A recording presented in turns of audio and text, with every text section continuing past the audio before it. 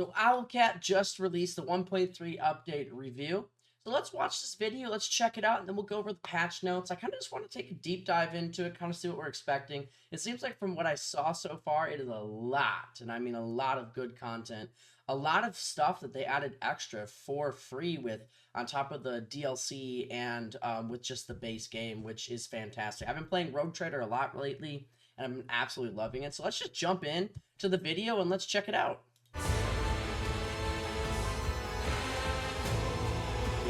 Rest. Yeah. New cutscenes. The fact that they're adding new cutscenes is really nice because I always love good cutscenes. I always love good cutscenes.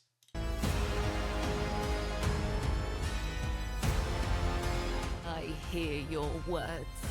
Okay, I know this is going to be a hot topic here, but with the new voice acting, I love it. I personally think it's a good idea for them to add more voice acting into the game because a lot of people call games like Owlcat games like books, and personally I don't mind that at all. I enjoy reading, but it is nice to have the option for voice acting.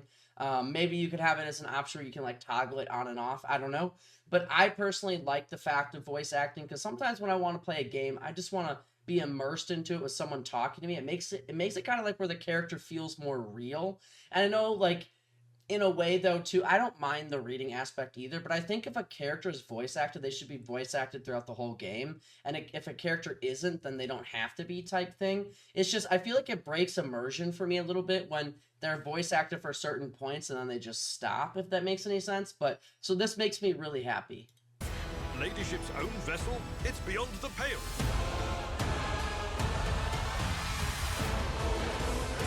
I do like the fact that they're adding a bunch of new equipment because that means more builds, more ways to play, so that's good. Nice!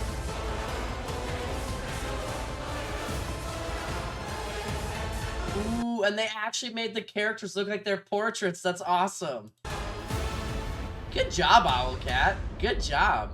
I'm excited for that. We're going to be doing a video for it soon here too. But now that we take a look at that, so on Steam, I believe there was, let's see here, the major update here. So co-op mode is now available on consoles. You can explore the Cronus Expanse together. Multiple new cutscenes and a major rework of some old cutscenes. That's awesome. Major increased availability of conviction points, which is good. A lot of new voiceover, which I love. I love the fact that they're adding companion banter, voice cutscenes, and then fixing a problem with voice lines. Many narrative options or updates on colony events and rich selection of new rewards for them. Multiple encounters have been redesigned and made significantly more challenging based on community feedback, which is good.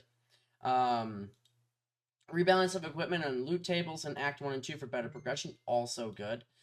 12 new Force Swords were added to the game, which is cool too because you don't really see as many before, so that's good. Over 20 other items were added to loot, reward, and vendors. I like that too. I definitely noticed that too, and there's some good loot.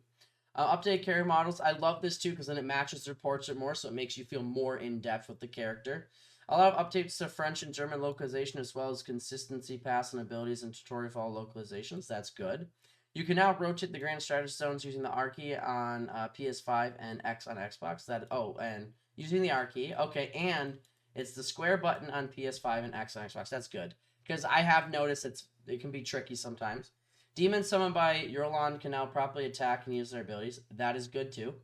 Many items previously unavailable to Eurolet, and I can't say that name at all, can now be worn by them. That's good too because it gives them more build options. Yeah, that's awesome, and a lot more.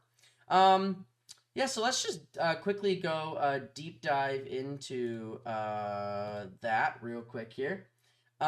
So right here, so there is the highlights that we just read. So there's system instability stuff. There's crashes and soft locks.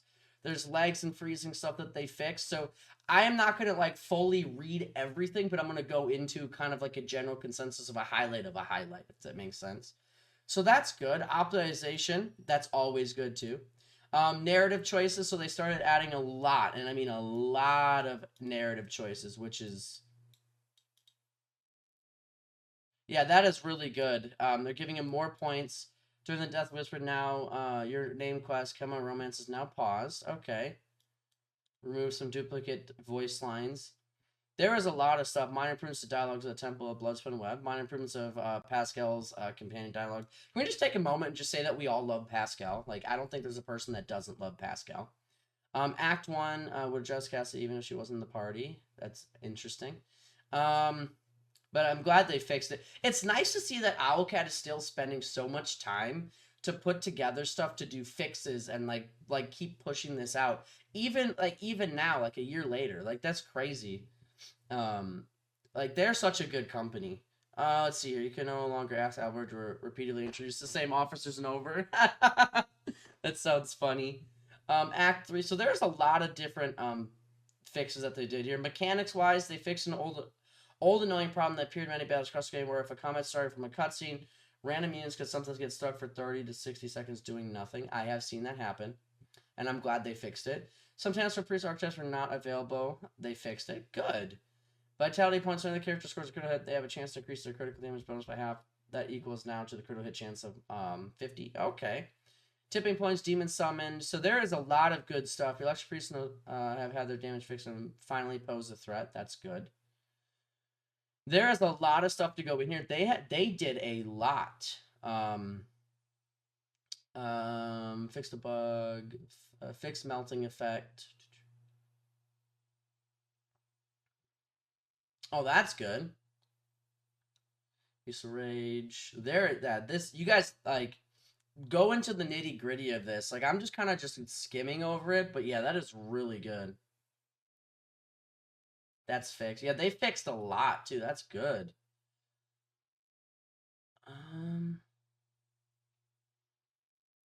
So they added some more items here. So 12 new Force Swords were added to the game. They can be bought from vendors in Acts 1 through 4. Also, Ancient Force Sword was updated. A major advance of equipment and loot tables. Add over 20 new loot. Many items across the game have received descriptions they were missing. That's good. No longer triggers from ranged abilities. Arcana belongs to the craft weapon family exotic. Is no longer duplicate. All ring weapons now have 0 AP cost. Oh, that is really cool. That is really, really cool. Because that means the ring that I had on my character can use that. Arc Blast Orb can no longer be parried. That's good too, because it's an arc. How do you parry that? Holy cow, guys. Seriously, like, this is crazy. Locations. After many community requests, Russia has undergone the proper maintenance rights and returned as bodyguards. That's awesome. Your let no longer leaves her corner of the Void Ship Bridge to eavesdrop on conversation of the two deck officers gossiping about her.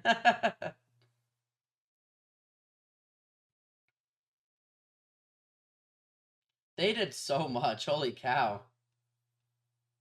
So they have fixed, like, if you really get in, like, their highlight does no justice to the amount of stuff they fixed and did. Like, that's crazy. A major overhaul of introductory cutscenes for Abelard and Jay and Idara. New introductory cutscene for the Fabricator. New introductory cutscene for wow. Like, this is crazy. They fixed animation, visual effects. They also did stuff to do user interface. They did a lot of audio. And I did notice some of the audio stuff when I booted it up earlier. It's fantastic. Global map and rumors. Fixed the bug causing the same text to appear multiple times. Dude, this is crazy how much they did. Colony management narrative updates to colony events, which is cool because it makes the colonies feel more unique. Added icons, special zones, and space combat, which is good because you couldn't tell as much earlier. These things. Good thing they fixed co-op. One thing I would like to see for co-op in the future is, like, when your rogue trader is on the ship exploring the ship, like, I would like it where the party members could still move around too, like the full party, because when you're on the ship, your party members can't do anything. So it would be kind of cool if they could at least move their character too. That's something that, like, me and my friends when we played liked. Yeah, that's really awesome. So I hope you guys enjoyed this, like, quick overview video. And if you'd like me to go over everything, let me know in the comments below. And I appreciate you guys. Bye. Thank you, Owlcat, for doing this amazing update. I appreciate it.